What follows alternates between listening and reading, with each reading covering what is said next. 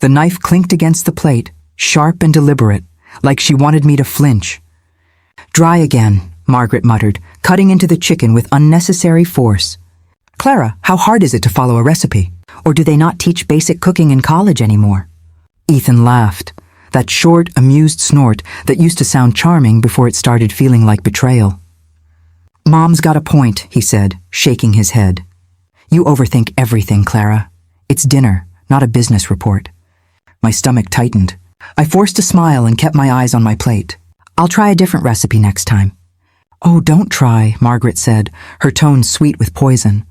"Just follow instructions for once." The room went quiet, except for the clatter of forks. The overhead light hummed. My pulse beat in my throat so loudly that it drowned everything else.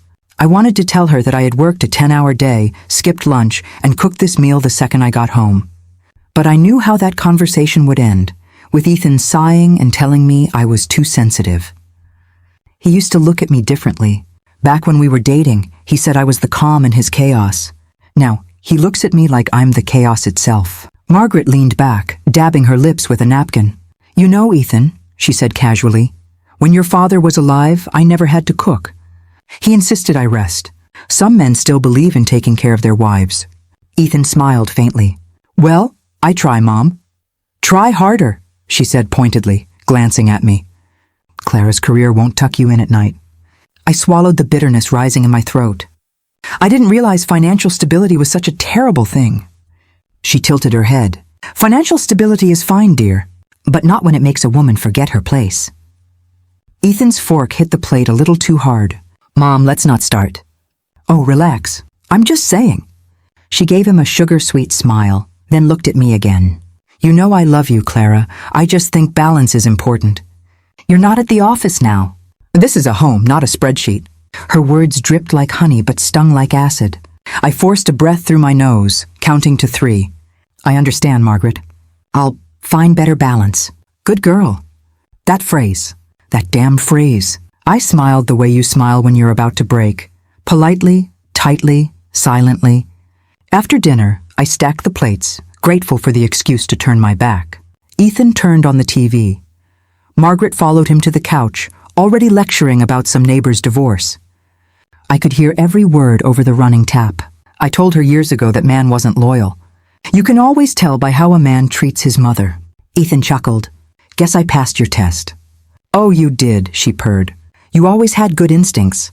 I wanted to scream. Instead, I scrubbed harder. The sponge squeaked against porcelain. Water splashed onto my sleeves, but I didn't care. That's how it always went. Their laughter, my silence. Later, when the dishes were done and the house had gone quiet, I went upstairs to our room. Ethan was already in bed, scrolling through his phone. The blue glow washed over his face, softening the edges I once loved. "You okay?" he asked without looking up. "Fine. You sure?" "Just tired." He set the phone aside, turning toward me. "You know Mom means well, right?" A familiar ache spread through my chest. "Does she?" "She's just old-fashioned. She says things she doesn't mean."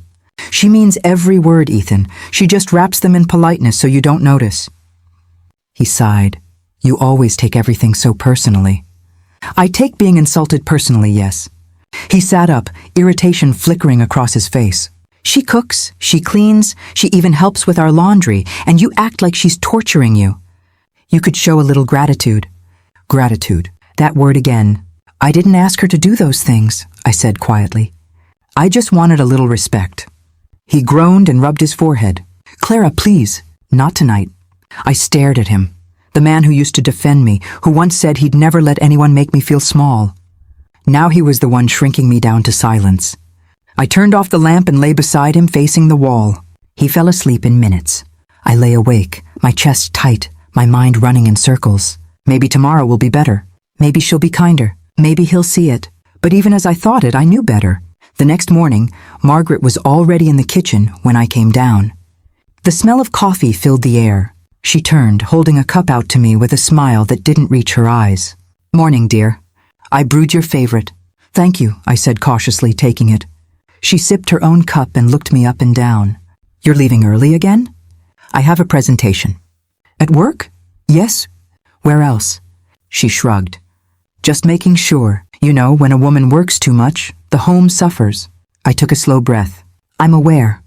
You look pale. Maybe skip the makeup today. Men like natural faces better. I gripped the mug tighter, heat rising in my chest. I don't wear makeup for men, Margaret. Her brows lifted in mock surprise. Oh, then who for? My voice cracked slightly. For myself. She gave a patronizing smile. Of course, dear. Whatever makes you feel important. Ethan entered, yawning, pulling his tie loose. Morning, ladies. It smells good here. Margaret beamed. I was just telling Clara how lovely she looks without all that makeup.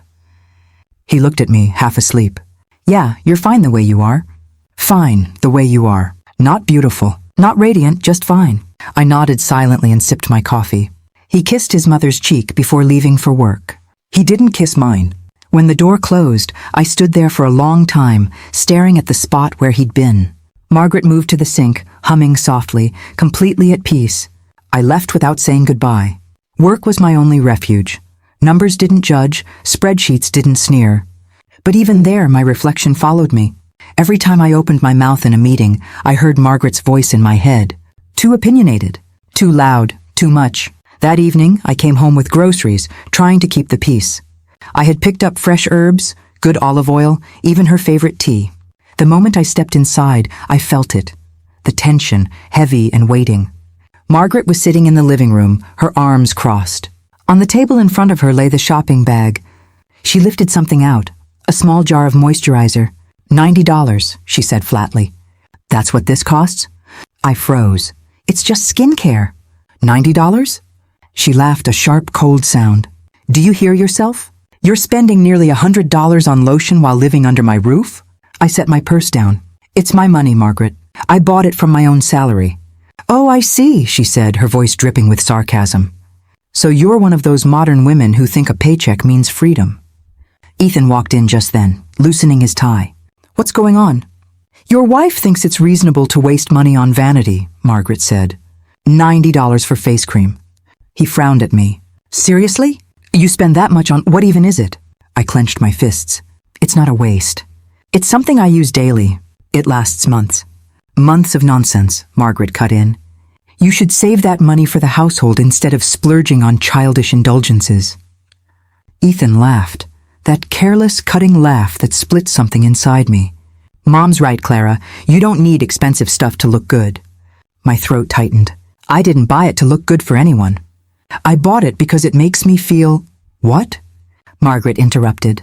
Special? Important? Human, I whispered. She blinked, caught off guard for a moment, then scoffed. Oh, please. You're not starving. You're not suffering. You have a husband who provides, a home, everything you could need. Ethan nodded, pouring himself a glass of water. She's not wrong, Clara. You have it pretty good.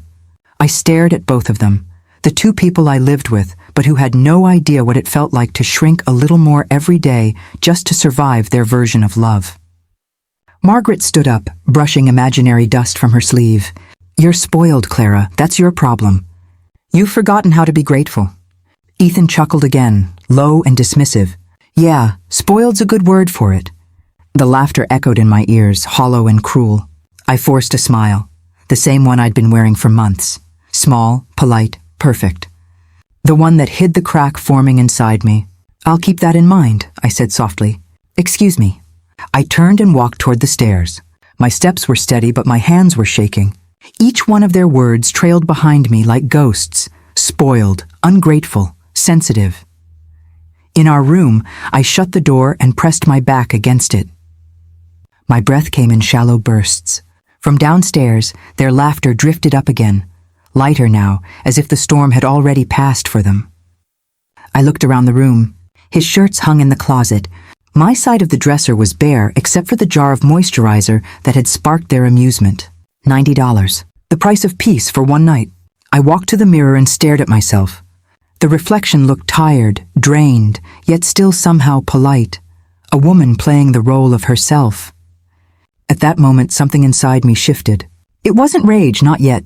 Just a quiet, dangerous awareness that I had been waiting for someone else to grant me dignity, when it was mine all along. My voice barely rose above a whisper, but it filled the room like a promise. One day, I said to the reflection, I'll stop apologizing for existing. The kitchen clock ticked loud enough to feel like judgment. Margaret stood by the window, arms folded, watching me slice bread. "You didn't wipe the counter after breakfast," she said. "I shouldn't have to remind you every day." I kept my tone even. "I was rushing for work. I'll clean it now." She clicked her tongue. "Work, work, work. You always have an excuse." I set the knife down. "I help around here more than you think." "Oh, I know what you think, dear." She turned, smiling that thin smile that never reached her eyes. "You think buying groceries once a week makes you independent. But remember, you and Ethan still live under my roof." Her words landed heavy, even though I'd heard them 100 times before. Ethan walked in just then, phone in hand. "What's going on?" "Nothing," I said quickly. His mother gestured toward me. "Your wife's in another hurry. She left crumbs all over my counter." He sighed. "Clara, just clean it up. It's not worth arguing." I swallowed the retort that burned my throat. "Sure." He kissed her cheek, not mine, grabbed his jacket and left. The door closed with the same soft finality it always did, leaving me alone with her. She stared after him, then looked back at me. "You should be more understanding of how much I do for you both." "I am," I said quietly. "I pay the utilities, remember?" Her eyebrows shot up. "Utilities? Oh, please. That barely covers half the grocery bills I handle.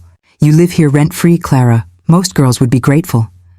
I wanted to tell her that paying rent would have been easier than paying with my dignity. Instead, I nodded, grabbed my purse and said, "I'll be late tonight. The audit's due." She sniffed. "Late again? Don't make a habit of that. A woman who's never home loses her husband's attention." I forced a thin smile. "I'll take the risk." When I stepped outside, the cold air felt merciful. At the office, fluorescent lights buzzed above endless spreadsheets. Numbers made sense. People didn't. My coworker Maya leaned against my desk, holding 2 coffees. "You look like you've been fighting dragons," she said, handing me one. I smiled faintly, more like their mothers. "Rough morning?" "Just home." She pulled up a chair. "You ever notice you never talk about that place unless I ask?" I hesitated, because there's nothing good to say. Maya tilted her head. "Try me." So I did. Quietly at first, about Margaret's rules, Ethan's silence, the feeling of being a guest in my own marriage. By the time I finished, she was frowning. "You're not living, Clara. You're surviving."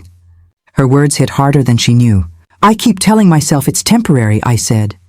"Ethan promised it'd be 1 year. We'd save, buy our own place. And it's been 3. She exhaled. "And you're still waiting for him to keep his promise. I guess hope's cheaper than rent." Maya reached across the desk and squeezed my hand. "You deserve peace, not permission." I didn't answer. I couldn't. When I got home that evening, Margaret was in the living room, surrounded by her usual court, 2 neighborhood ladies sipping tea. I stepped inside quietly, hoping to slip past, but her voice carried like it always did. "Oh, look who's finally back," she said brightly. The career woman herself. The women turned, smiling politely.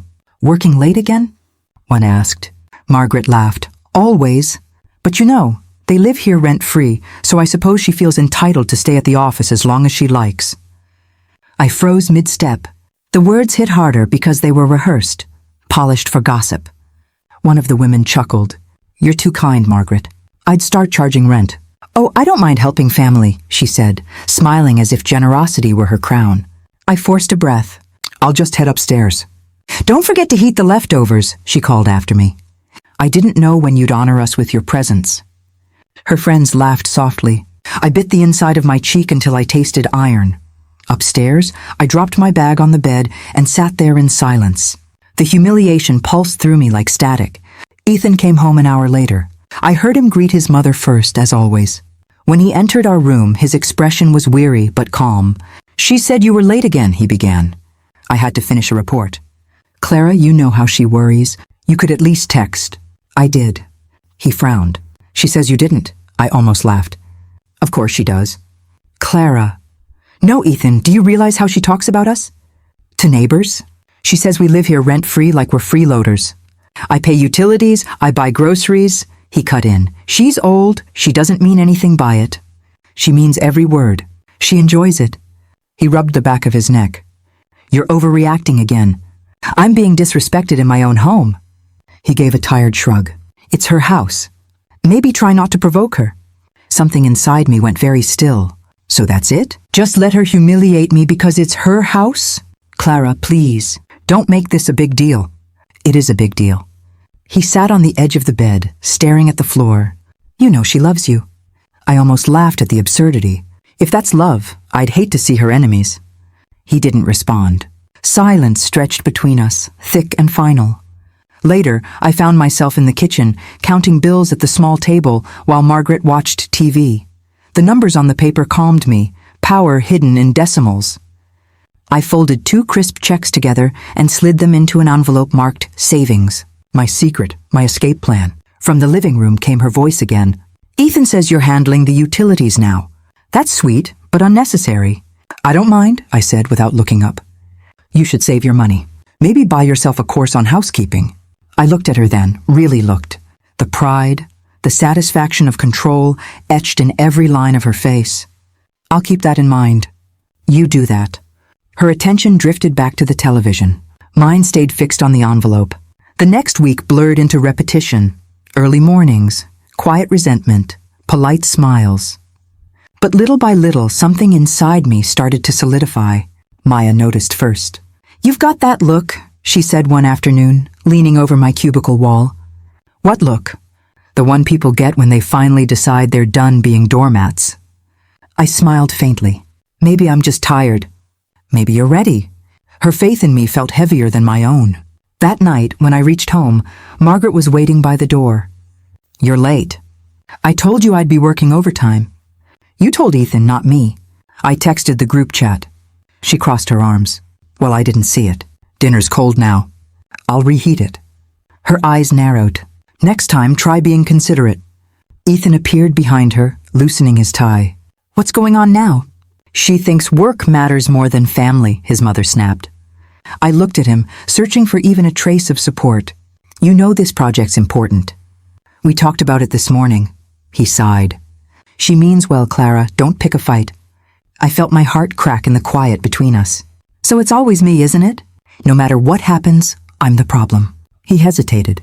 I just want peace. So do I whispered. But peace isn't the same as silence. Margaret rolled her eyes. There you go again with your dramatic speeches.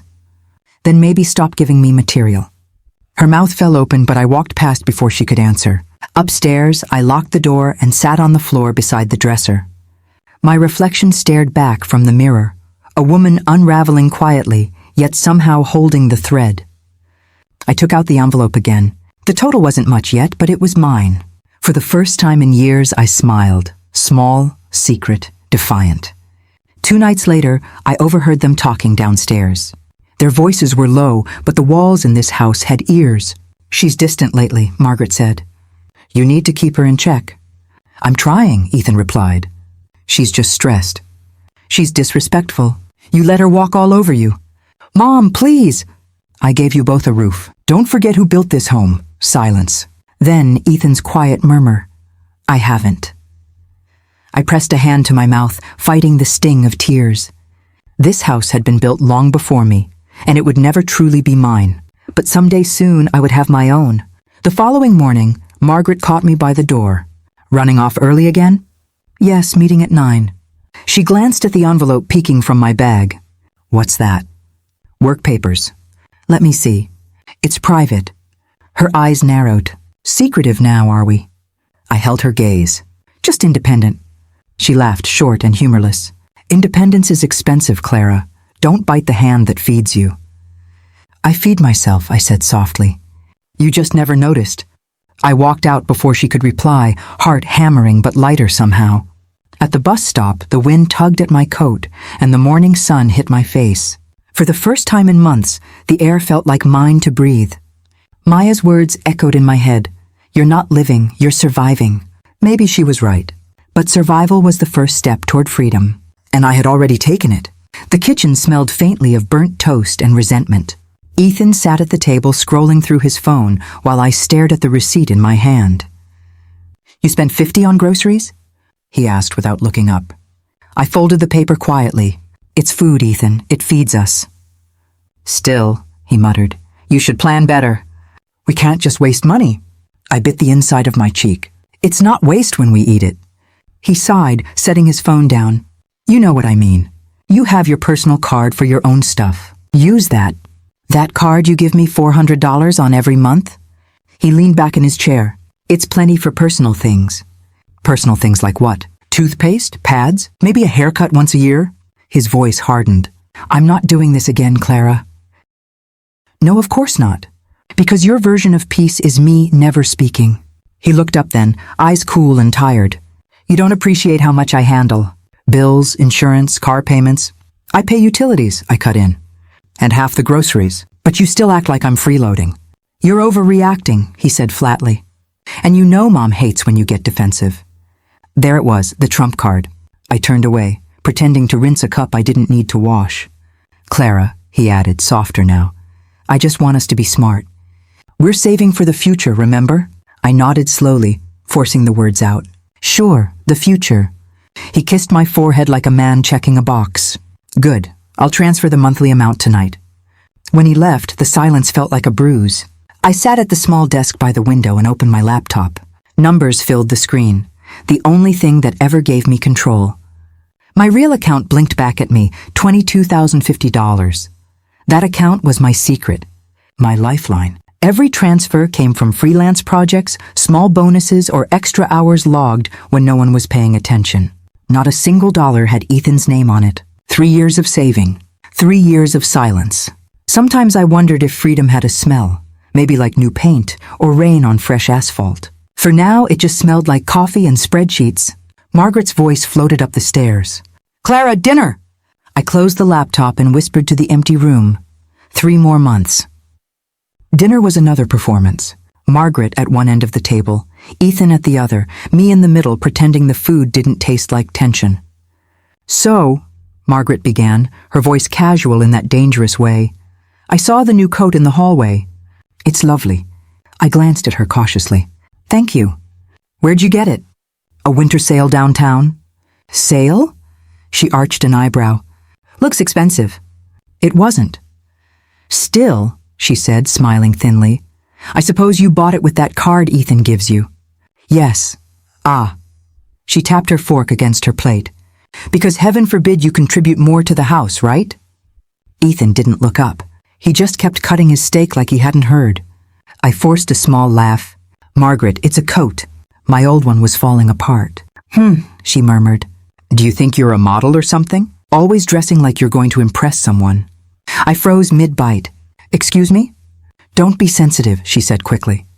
It's just an observation. You care a little too much about appearances for someone living rent-free.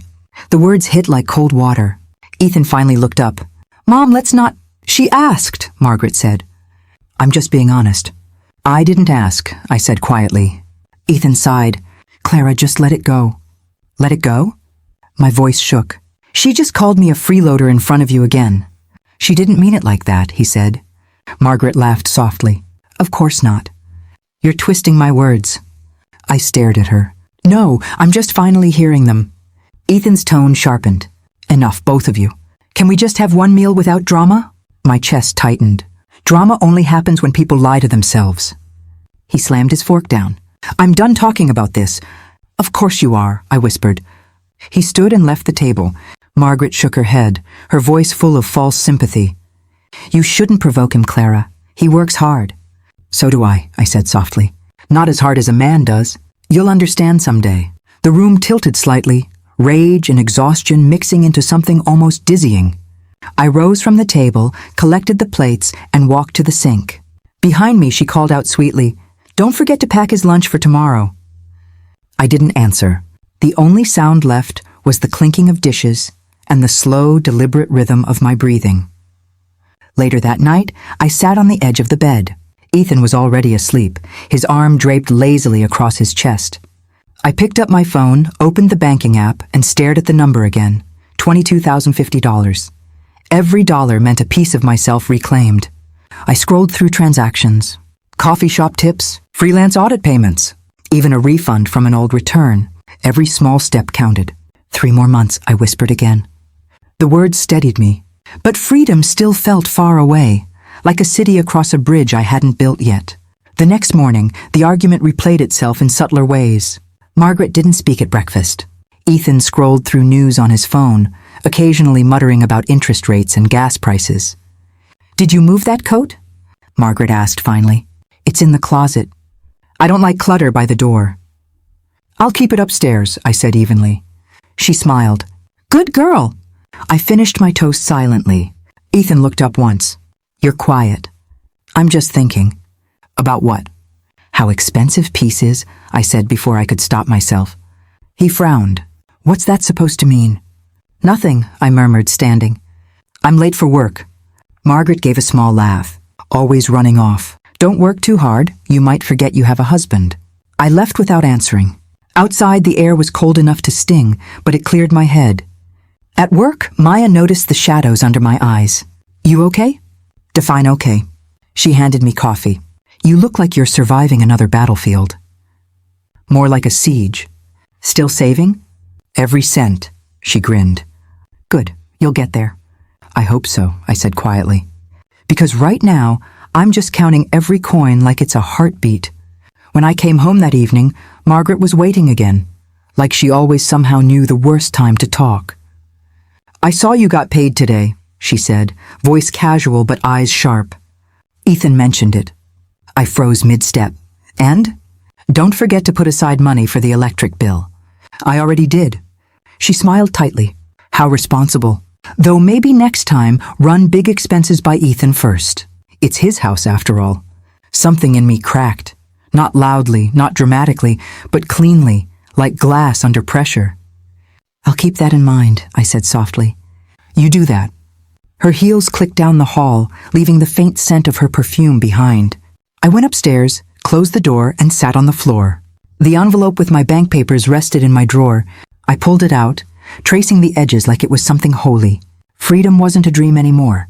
It was a number, one I could almost touch. But I knew better than to celebrate early. Ethan's shadow fell across the doorway. "You're still up?" I nodded. "Just working." He stepped in. "Listen, about dinner earlier. Mom didn't mean to be rude." She never does. "She just wants what's best for us." "For us or for you?" He frowned. "What's that supposed to mean?" "Nothing. Forget it." He sighed. "You always turn things into fights. Maybe because I'm tired of pretending we're happy." He ran a hand through his hair. "You're tired of everything, Clara. Maybe that's the problem. Or maybe the problem is that I'm the only one who notices something's broken." He shook his head and left without another word. When the door clicked shut, I exhaled slowly. Then I opened my phone again, the blue light reflecting off my tired face. $22,050 stared back at me, a promise in numbers. I whispered into the stillness, almost afraid to hear my own voice. 3 more months. The house creaked in response as if mocking me. But this time I didn't feel small. I felt certain. The next morning, I slipped an extra $200 from my paycheck into the savings account. Watching the number climb gave me a rush that no compliment ever could. It wasn't about the money. It was about proof. Proof that I existed outside their control. At breakfast, Margaret commented again on my coat. "You're still wearing that thing? Bit flashy, don't you think?" "Warm too," I said simply. Ethan looked up briefly. "Mom just means it stands out." "I like standing out," I replied. Margaret pursed her lips. "Of course you do." Their silence afterward felt like victory. Small, quiet, but mine. I took my coffee to go, smiling faintly. They didn't need to know what I was planning. 3 more months, I thought again. And this time, the words didn't sound like hope. They sounded like a countdown. Margaret never smiled without a reason, which is why the sight of her standing in my doorway that morning, grinning like she'd just won a raffle, made my stomach tighten. "You're good with numbers, right?" she asked, voice dripping with false sweetness. "I could use your help with something important." I looked up from my laptop. "What kind of help?" "Oh, nothing complicated," she said, stepping into the room. "It's just a small renovation loan. You know, new kitchen tiles, a modern oven, things that make a home shine again." I blinked. "A loan?" She waved her phone like a trophy. "Pre-approved. $25,000. Can you imagine? The bank practically begged me to take it." I smiled faintly. "Then congratulations. You don't need me." "Oh, but I do." She perched on the edge of my bed, tapping her phone against her palm. "You're the finance genius here.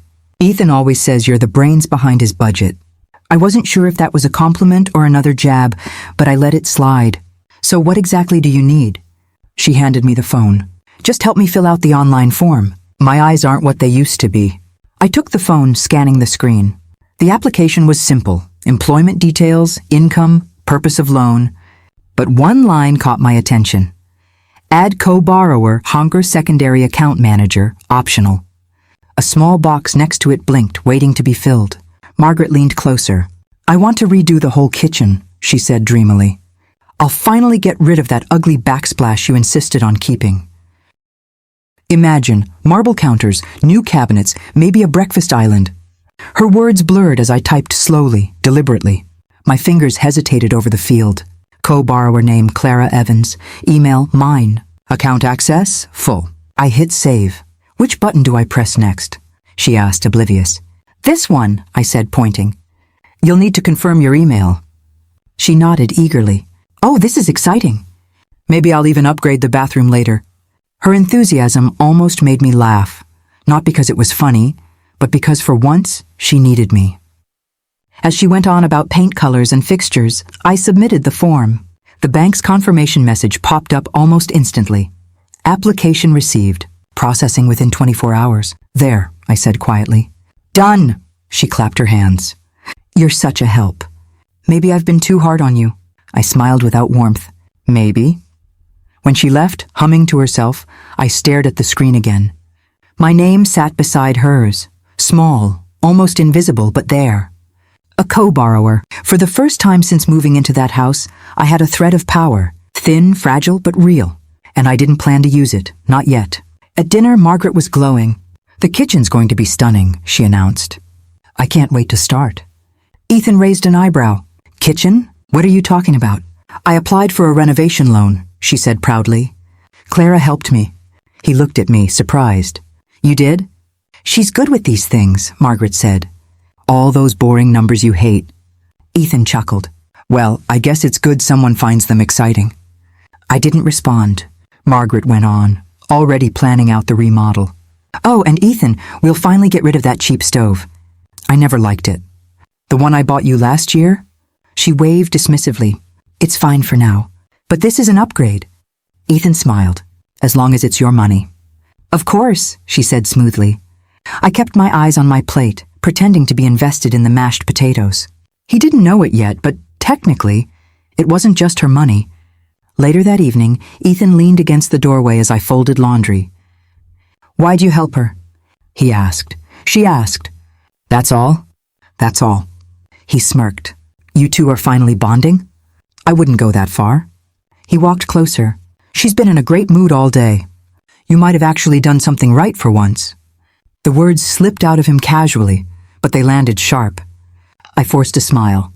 Guess there's a first time for everything. He kissed my cheek, distracted. Thanks for keeping her happy. Makes my life easier. When he left the room, I folded the last shirt slowly. My hands steady, but my heart unsteady. He didn't know I was done being convenient. The next day, the loan was approved. I saw the notification first, an automated email sent to both borrowers. Margaret rushed into the kitchen an hour later, waving her phone like a victory flag. It went through. The money's in my account. That's great, I said, stirring my coffee. I'm going to the furniture showroom tomorrow, she said. You should come. You've got good taste, sometimes. Thanks, but I'll pass. She shrugged. Suit yourself. You'll regret it when you see how beautiful it looks without your input. Her voice faded as she walked away, humming again. I checked my own email. Confirmation of full account access granted. $25,000 sitting there, sparkling like temptation. I closed the laptop, pulse steady. I wouldn't touch it, not yet. But the knowledge that I could was intoxicating. That weekend, the house buzzed with excitement.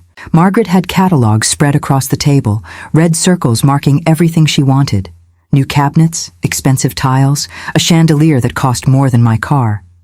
Ethan watched her with amusement. You're going overboard. Oh, please, she said. You'll love it once it's done. He smiled. You've earned it. She preened. Finally, someone who appreciates me.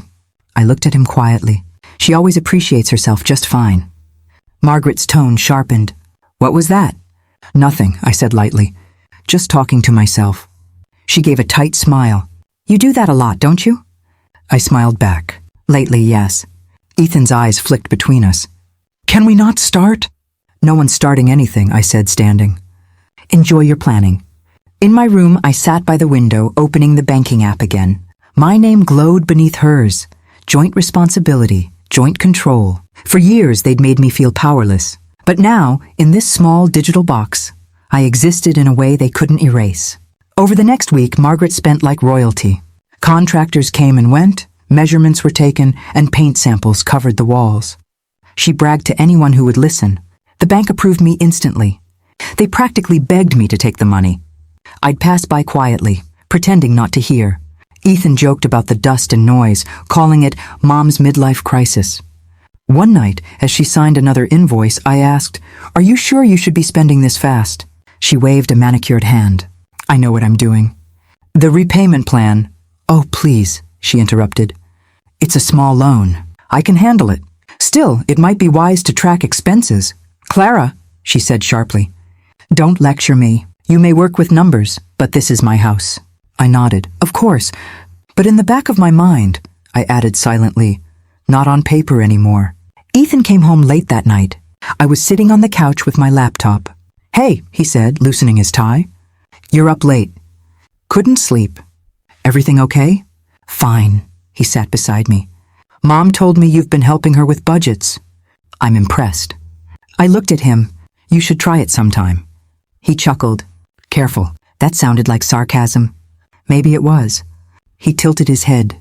You've been different lately. Different how? Calmer. Like you're hiding something. Maybe I finally learned to keep quiet. He smiled faintly. If that's true, then thank God.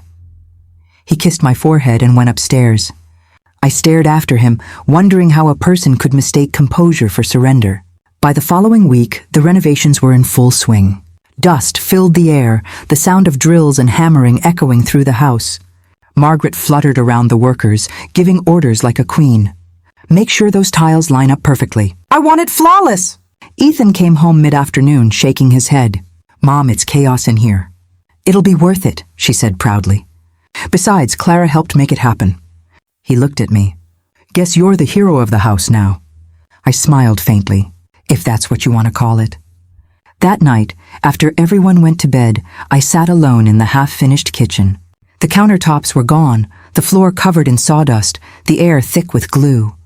I placed my palm on the bare wood and whispered, Every empire falls, even the ones built on marble.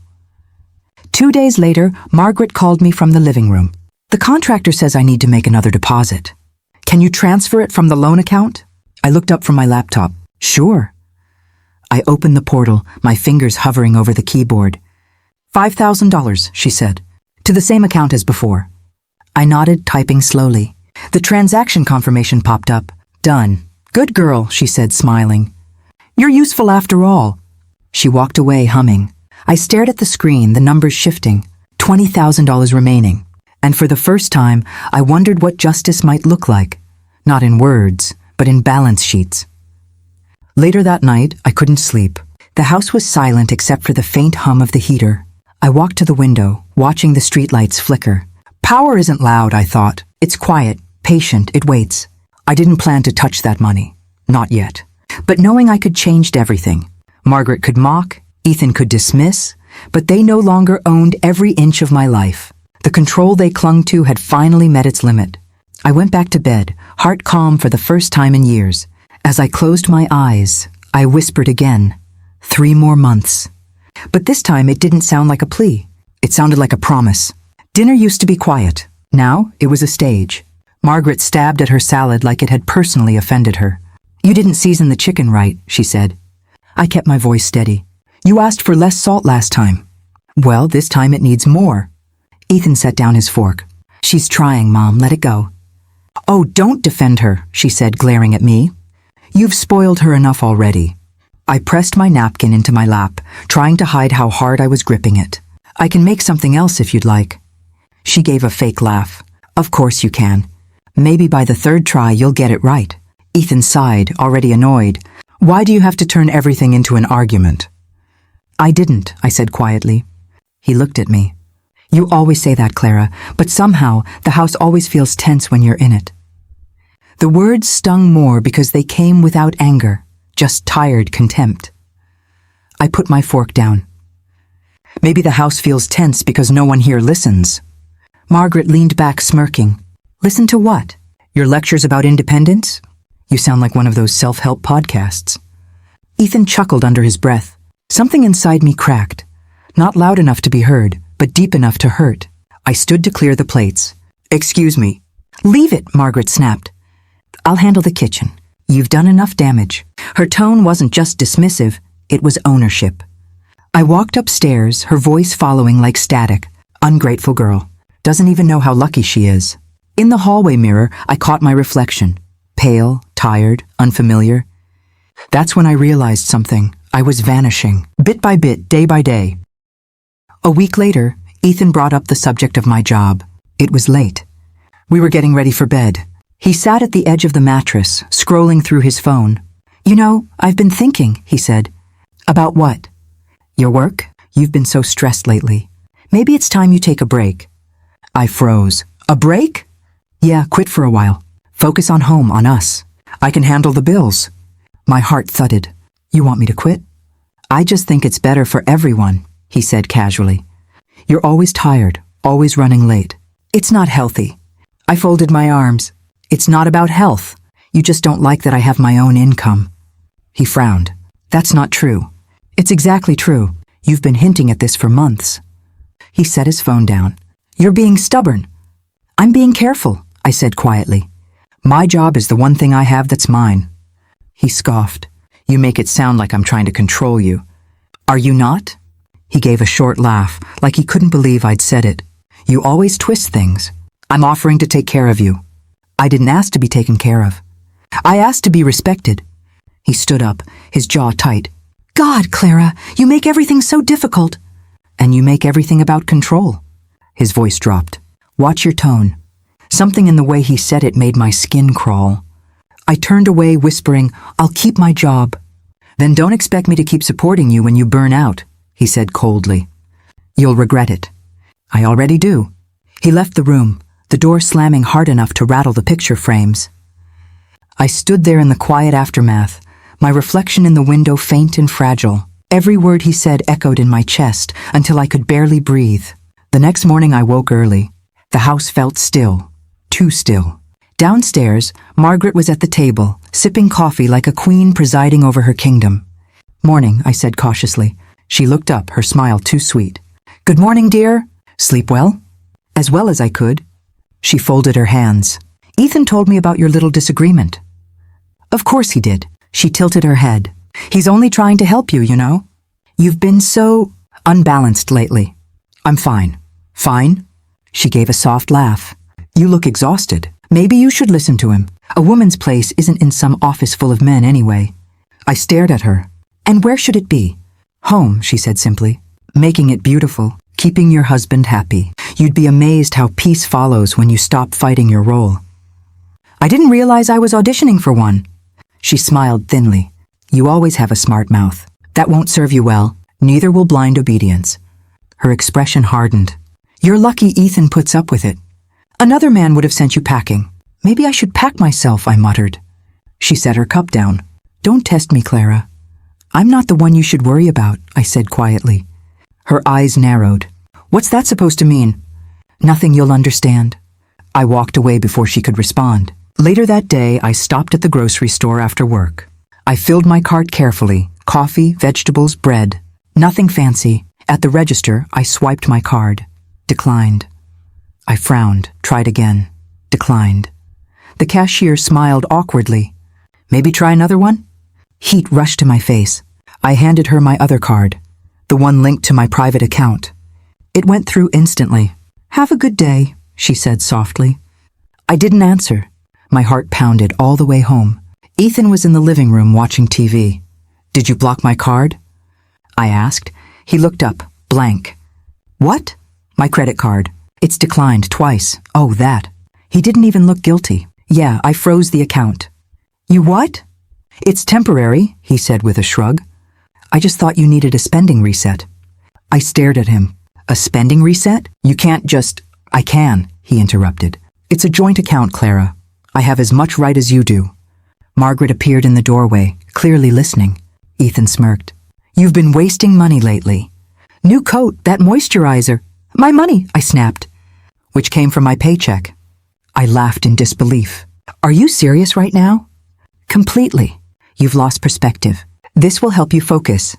By embarrassing me at a grocery store? He leaned back. Maybe it'll remind you to ask before spending. Ask? My voice shook. I'm your wife, not a child. He smiled. That cold, condescending smile I'd come to dread. Then start acting like one. Margaret chuckled softly behind him. She's always been impulsive. I turned toward her. You're enjoying this, aren't you? She feigned surprise. Me? Oh dear, I'm just staying out of it. Right, I said. Because you'd never meddle. Ethan's tone sharpened. Enough. Don't talk to her like that. She's not innocent here. He stood. Clara. The way he said my name, low, warning, made the air feel heavier. I stared at both of them, trying to understand how love had curdled into this. Then he said it. You'll have to ask me for money from now on. Even for tampons. The room went silent. Margaret snorted, trying to hide her laugh. My stomach dropped, heat flooding my face. For a second, I couldn't move, couldn't breathe. He smiled like he'd won something. That moment, the sound of her laughter, his smirk, carved itself into my memory.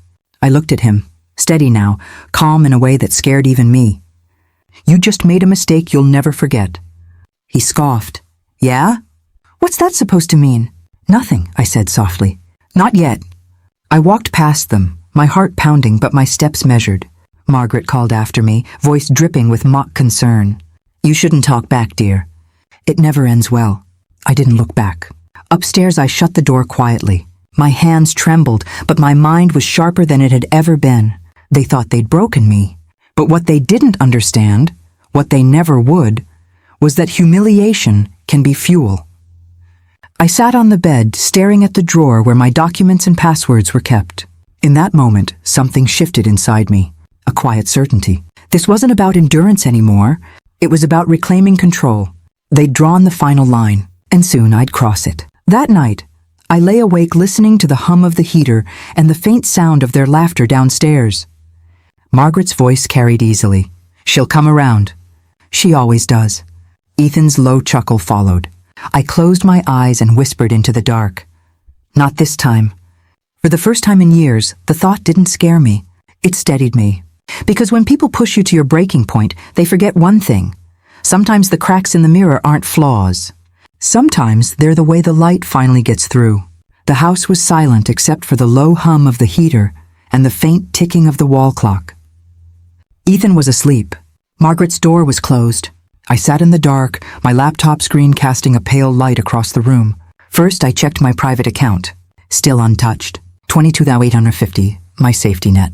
My exit. Then I opened the loan portal. Margaret's renovation loan glowed on the dashboard. Balance, interest rate, payment schedule. Every figure was burned into my mind. But what caught my attention wasn't the numbers. It was the transfer history. Every cent had been moved out. $25,000 gone. I clicked through the logs. The transactions were neat, calculated, deliberate. One large transfer labeled Personal Investment, M. Collins. Another to someone named Linda Evans. I frowned. Linda. The same neighbor who came over once a week to gossip. Margaret had told her friends she was helping them by lending money at interest. She'd turned her renovation loan into a private little bank, flaunting generosity with borrowed money. I sat back, disgusted. Her arrogance had a pattern: control, then vanity, then carelessness. And now she'd handed me something better than freedom: leverage. As co-borrower, I had every right to view and manage that account, even reverse transactions if necessary. I didn't plan to do it now, not yet, but the idea shimmered in my mind like a blade catching light. For years, she'd called me useless, powerless, dependent. Now, she'd unknowingly made me the one person who could end her financial life with a single click. I stared at the screen, calm, almost detached. When humiliation ends, strategy begins. The next morning, laughter echoed through the kitchen. I paused at the top of the stairs. Margaret's voice floated up, bright and smug. You know, Ethan, wives today are impossible. Always talking about independence, as if marriage were a competition. Ethan laughed. You're not wrong. Sometimes I think Clara forgets who's supposed to lead. My heart clenched, but I didn't move. I needed to hear this. Oh, she'll learn, Margaret said. You just have to keep her in line. They test you, it's in their nature. I've noticed, Ethan replied dryly. But I'm handling it. I can see that, she said approvingly. Blocking that card was smart. She'll think twice before challenging you again. He chuckled. She's quiet now, isn't she? Oh, quiet's good, Margaret said. Means she's learning. I took a slow breath, forcing my expression to stay calm. Quiet. They liked me quiet. Fine. I could be quiet. But silence wasn't surrender. It was preparation. I stepped into the kitchen, pretending I hadn't heard a word. Morning. Margaret smiled brightly. Good morning, dear. Sleep well? Yes, I lied. The house felt peaceful. See? She said to Ethan, laughing. Already better. He smirked. Told you. I sat down and reached for a piece of toast. Margaret poured me coffee. I was just telling Ethan about Linda. Poor woman needed a bit of cash for her salon. I lent her some of my renovation money. Interest, of course. I'm not running a charity. Ethan nodded approvingly. Smart move. She preened. I know. Why let money sit idle when it can grow? I forced a polite smile.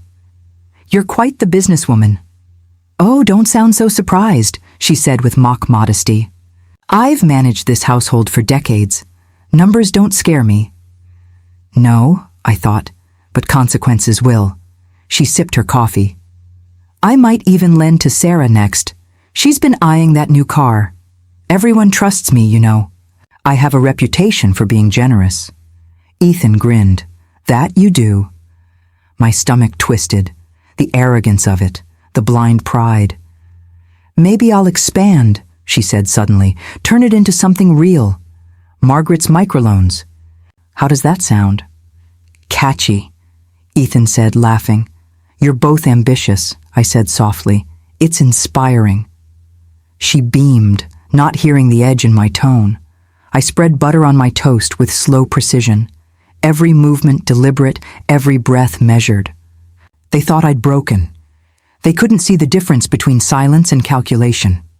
That's what made them dangerous. And me, patient.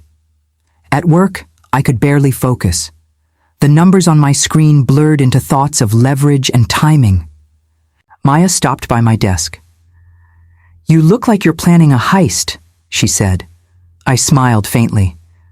Something like that. You okay? I'm better than okay. She raised an eyebrow. That's a new tone. Let's just say, I said quietly, I've stopped waiting for karma. Her eyes softened. You're scaring me a little. I laughed under my breath. Don't worry, I'm not dangerous. She leaned closer. Not yet. Her words lingered longer than she realized. When I came home that evening, the house smelled of lemon polish and control. Margaret was on the phone in the living room, her voice high and cheerful. Yes, Linda, of course. I told you, pay me when you can. I'm not worried. You know I trust you. A pause, then laughter. No. Interest isn't negotiable, dear. Business is business. I stood in the hallway listening. Her tone was syrupy, but underneath it was the same venom she used on me. She hung up and turned, startled to see me there. Oh, didn't hear you come in. I didn't mean to interrupt, I said evenly. Oh, you're fine. She straightened a vase that didn't need straightening. You know, it feels good to be productive. Maybe I should have done this years ago. You always had the talent for control, I said quietly. She laughed, missing the irony. Well, someone has to keep order around here. Yes, I murmured. Someone does. That night, Ethan came into the bedroom late. He looked tired but smug, the kind of expression that came from self-righteousness, not fatigue. Mom said you were quiet today, he said, kicking off his shoes. I didn't have much to say. Good, he replied. We needed some peace. I studied him, the man I used to think I knew. You really think this is peace? He frowned. What's that supposed to mean? Nothing. He sighed. Clara, I don't want to fight anymore. Neither do I. Then let's just move on. No more arguing about money or freedom or whatever this is. Just be normal. I almost laughed. Normal? Yeah, you know. A wife who supports her husband doesn't overthink everything. I looked him dead in the eye. You mean a wife who obeys? He hesitated. If that's how you see it. That's how it is. He exhaled, frustrated. You twist everything I say.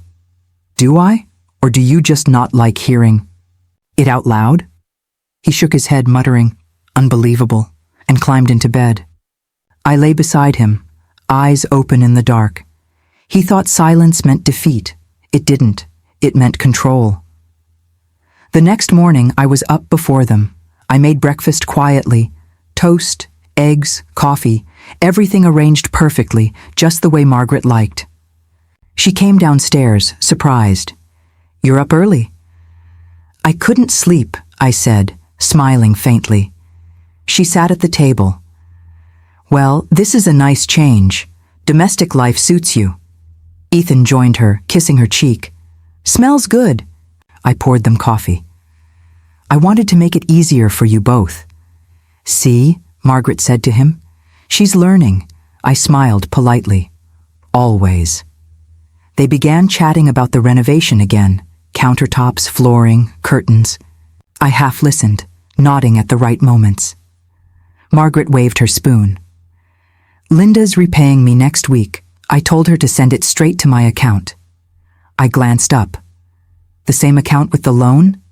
Of course. You're not worried about managing payments? Oh, please, she said, laughing. I'm not an amateur. I've got it under control. I stirred my coffee slowly. Good, because if anything happens with that account, the bank will contact both borrowers. She blinked. Both? Yes. Co-borrowers share equal responsibility. Her face shifted slightly, surprise, confusion, then dismissal.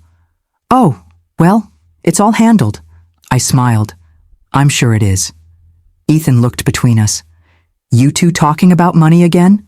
Margaret waved him off. Nothing serious. Just business talk. Good, he said. Let's not ruin breakfast with spreadsheets. I bit back a smirk. If only he knew. By noon, I was at my desk again, reviewing the loan details. Every transaction, every liability, every loophole. Margaret's arrogance had left trails, late payment options, interest penalties, warnings. She'd turned her life into numbers, and I understood numbers better than anyone in this house. For every dollar she lent out, I saw her risk multiply. It wasn't revenge I wanted, it was balance. They wanted obedience. I'd give them performance.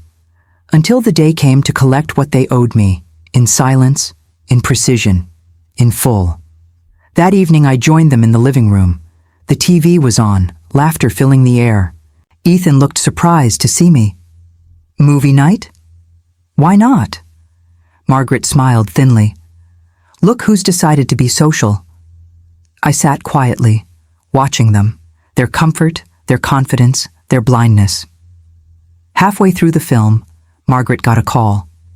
She answered cheerfully, but her expression changed almost instantly. What do you mean the funds are delayed? She said sharply. You promised repayment this week. Pause. Well, I expect it soon. I'm not running a charity. She hung up, muttering. Unreliable people. Never again. Ethan chuckled. Guess your little loan business isn't foolproof. She glared. Don't start. I pretended to focus on the movie, but inside, I was smiling. The cracks had begun. Later, after they went to bed, I checked the loan account again. The balance hadn't changed, still empty. But I noticed something new. A notification for an upcoming payment reminder. Interest due next week. If Margaret missed it, both borrowers would be contacted. Her credit. My name. all tied together. I exhaled slowly, staring at the glow of the screen. Timing mattered more than anything. 3 months, I'd told myself. Now, maybe less. The next morning, the house was unusually quiet. Margaret didn't come down for breakfast. Ethan was pacing near the window, muttering into his phone. "Yes, I know it's due soon." "No, we'll handle it." She said she had the money. He hung up and rubbed his temples. "Mom's loan is catching up with her." I looked up. "Everything okay?" He sighed. "She lent out too much too fast. The bank called me because her payments are linked to mine." "Yours?" "Yeah. My name's on the home equity." I hid my surprise. So the web was larger than I thought. He groaned. "I told her to be careful." "She doesn't listen," I said softly. He gave a humorless laugh. "Tell me about it." I watched him pace, realizing something crucial. Even he didn't know how deep my connection to that loan ran. Perfect. That night, Margaret finally came downstairs. Her expression was sour. "Linda's late on repayment. I might have to cover the interest myself." "That's unfortunate," I said. She glared. "Don't sound so pleased." "I'm not," I said smoothly. "I just understand how hard it is when people misuse trust." Her eyes narrowed. "You always have a way of making things sound pointed." I smiled faintly. "Do I?" She huffed and poured herself tea. Ethan entered, loosening his tie. "Everything sorted?" "Not yet," she muttered. "I'll handle it." "You always do," he said. I stood. "Good night." Margaret raised an eyebrow. "Early night?" "Yes, I've got work in the morning." Her lips tightened. "Still clinging to that job?" I met her gaze. "For now." Then I went upstairs, my pulse steady, my mind sharper than ever. Alone in my room, I opened the portal one last time. Her payments were due in 4 days. 4 days before the first reminder, 6 before penalties. I could let it play out. Watch her scramble. Let the silence build into fear. Or I could intervene, redirect the account, expose the truth, shift control. Not yet, not tonight. Patience had become my weapon. I closed the laptop, the reflection of the screen fading from my face. For the first time in a long while, I felt no fear, only precision, cold, deliberate precision. They thought obedience made me weak. They never realized I was studying them all along. Every insult, every restriction, every cruel smile, data. And soon, those numbers would balance. Exactly how I wanted them to. The morning began with silence, the heavy, waiting kind that always meant a storm was close. Margaret's footsteps echoed in the hall. Ethan's voice followed, sharp, impatient. When he entered the kitchen, his jaw was tight, eyes already burning. The credit card hit the table with a flat, cold slap. "You'll have to beg me now," he said. Margaret stood behind him, chin lifted like a queen presenting her soldier. I looked at the card, then at them. "Beg you for what?" "For this," he said. "For money. For anything. Since you can't respect what's mine, you don't get to touch it." "I see." "That's all you've got to say?" he snapped. "Yes," he scoffed. "You've got some nerve. After everything I provide, this is how you act?" Margaret crossed her arms. "Don't waste your breath, dear. Some women only learn through loss." I kept my voice even. "Then maybe I'll learn something valuable." Her smile was thin. "Don't get smart, Clara." "I don't need to," I said softly. "You've both made your point." Ethan leaned forward, mocking. "You think you can survive without me? Go ahead. Let's see how far that paycheck of yours gets you." I nodded once. "We'll see." He waited for me to argue, to cry, to plead. I didn't. After a moment, he exhaled and turned away. "I'm done with this." Margaret followed him, satisfied. The door closed. The silence that followed wasn't empty. It was alive. I stared at the card on the table, a symbol of their control, now useless to me. Then, without hurry, I picked it up, placed it neatly on the counter, and walked to my room. Upstairs, I sat at my desk. The glow of my laptop screen felt colder than usual, the cursor blinking like a heartbeat waiting for command. My mind was clear. No shaking hands, no racing thoughts, just precision. I logged into the loan portal. The account appeared instantly. The renovation loan Margaret had taken, with my name quietly attached beneath hers. Balance, $25,000. Status, active. Her pride had turned borrowed money into vanity. Her carelessness had turned it into a weapon, my weapon. For weeks I'd watched her boast about it. Heard her brag about lending to friends, about being too smart for banks. Now she was about to learn what arrogance costs. I scrolled to the transfer section. The cursor hovered over recipient details. For a long moment I stared at the blank line, my pulse steady, my breathing slow. Then I typed the name of an international children's medical charity, one I'd followed for years, the kind that couldn't refund or reverse once processed. I reviewed every digit, every letter. No mistakes. Amount, $25,000. Purpose, donation. My finger lingered on the trackpad. This isn't revenge, I whispered to myself. It's balance. And I pressed confirm. A quiet click. A confirmation code. Then the message appeared. Transaction successful. Irreversible. I leaned back in my chair, watching the screen fade back to the dashboard. For a moment I felt nothing. Then a calmness spread through me, like the sound of a storm moving away. Next, I opened the Loan Terms tab. Early termination. Full repayment due in 72 hours. I filled out the request form, checking each box carefully. Primary borrower, Margaret Collins. Co-borrower, Clara Evans. Reason, voluntary account closure. Submit. A final prompt blinked. Are you sure? Yes. And just like that, the clock began. 3 days. 3 days before, the bank demanded full repayment. From her. When I came downstairs, they were still in the living room. Margaret was recounting some story to Ethan, laughing too loudly. And then she said her husband lets her handle the finances. Can you imagine? She said, shaking her head. That's why women end up alone. Ethan chuckled. You always know best, Mom. I do, she said proudly. And I've been patient with Clara, but some lessons take time. I stepped into the doorway. You're right, I said quietly. Some lessons take time. They turned. Ethan frowned. What's that supposed to mean? Nothing. I smiled faintly. Just agreeing. Margaret gave a tight laugh. At least you're learning manners. Yes, I said. Manners. Ethan leaned back. So did you finally realize you're wrong? About what? About everything, he said flatly. Your attitude, your spending, the way you treat us. I looked at him. And what about the way you treat me? He blinked, caught off guard by the calm in my tone. We're trying to help you. By controlling me? By protecting you, he corrected. From what? From yourself. Margaret interrupted with a sigh. This conversation is pointless. She's lucky we haven't thrown her out yet. I nodded slowly. You're right. I am lucky. Ethan frowned again, confused by my lack of reaction.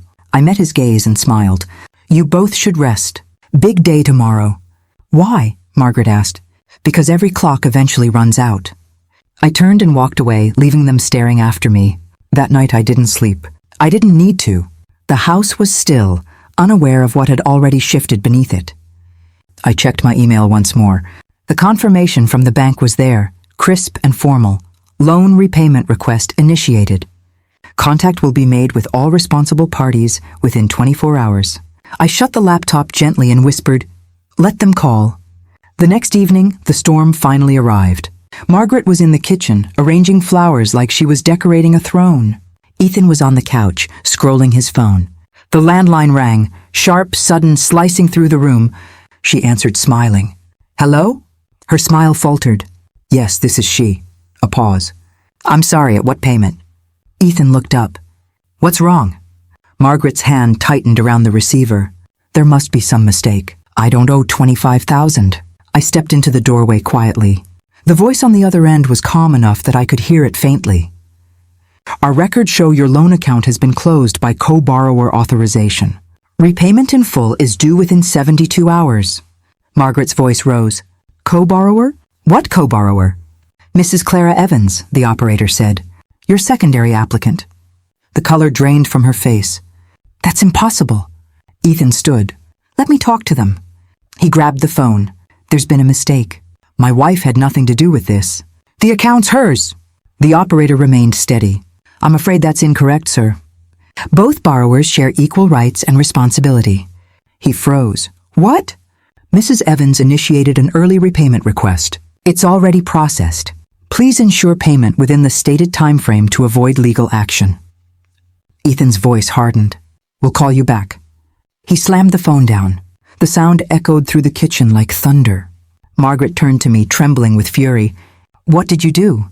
I met her gaze, balanced the books. Her lips parted. You transferred the money? All of it. To who? A children's charity. They'll use it better than you ever could. Ethan took a step toward me. You've lost your mind. No, I said calmly. For the first time, I haven't. You had no right. He shouted. I had every right. My name was on that loan. Your mother made sure of it. Margaret's face contorted. You think this makes you powerful? You've ruined everything. No, I said quietly. I've just given you a mirror. Ethan's fists clenched. You'll fix this, right now. It can't be undone, I said. The transaction's final. The bank confirmed it. He laughed in disbelief. You're bluffing. I pointed toward the phone. Call them. He stared at me, breathing hard, then grabbed the receiver again. This is Ethan Evans. My wife's claiming she transferred funds from a joint loan. He paused. His face changed. Yes, he said, his tone lowering. That's what they told her? A longer pause. Then quietly, irreversible? He swallowed. I understand. He hung up, staring at the floor. Margaret looked between us, panic replacing anger. Ethan? He didn't answer. Ethan, what did they say? His voice was hollow. It's gone. Every dollar.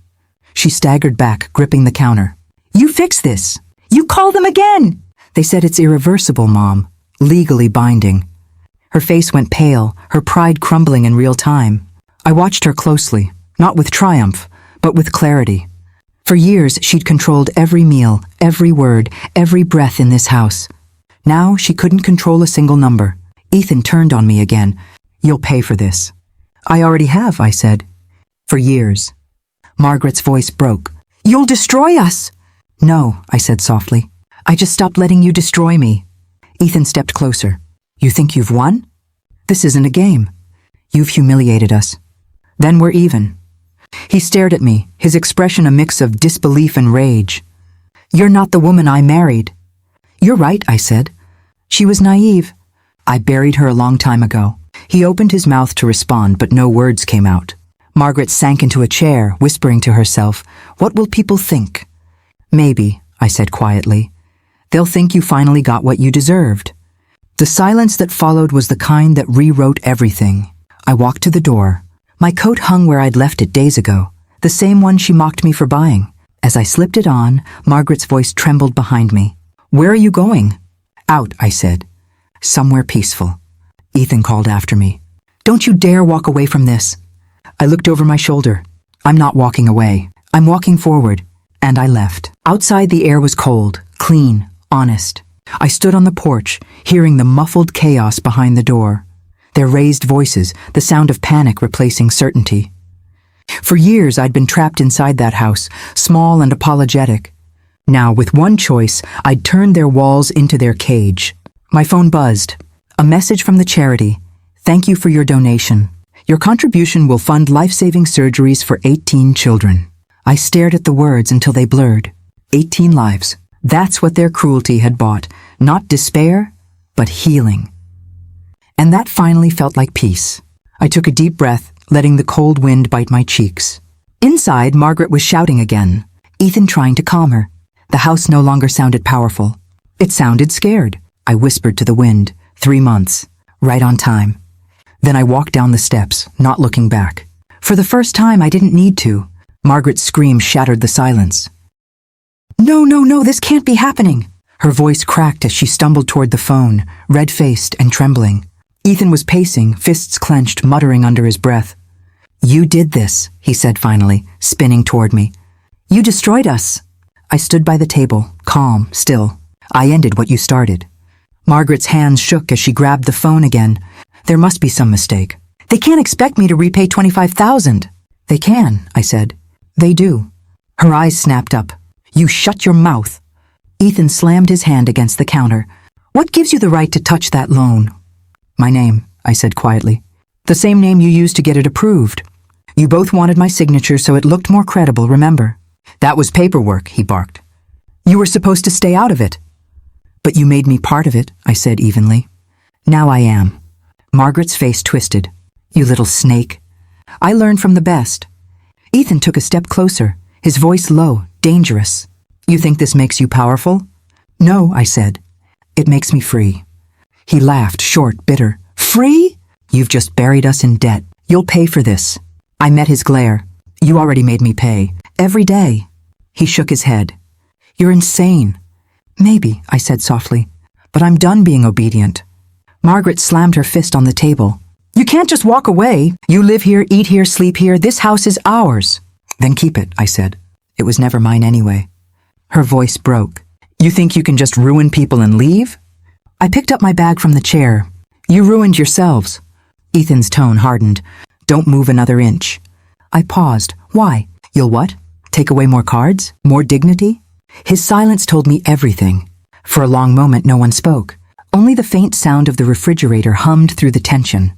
Margaret suddenly started crying. Loud, desperate sobs that didn't sound like grief, but panic. Please, Clara, undo it. I'll do anything. I'll apologize. I'll just fix it. I shook my head. You can't undo charity, and you can't undo the years you took from me. You heartless girl, she screamed. I gave you shelter. I turned to face her fully. You gave me walls, and rules, and shame. Shelter is supposed to protect, not imprison. Ethan grabbed the back of a chair, slamming it aside. Stop talking like a victim. I'm not a victim, I said quietly. Not anymore. He exhaled sharply, pacing again.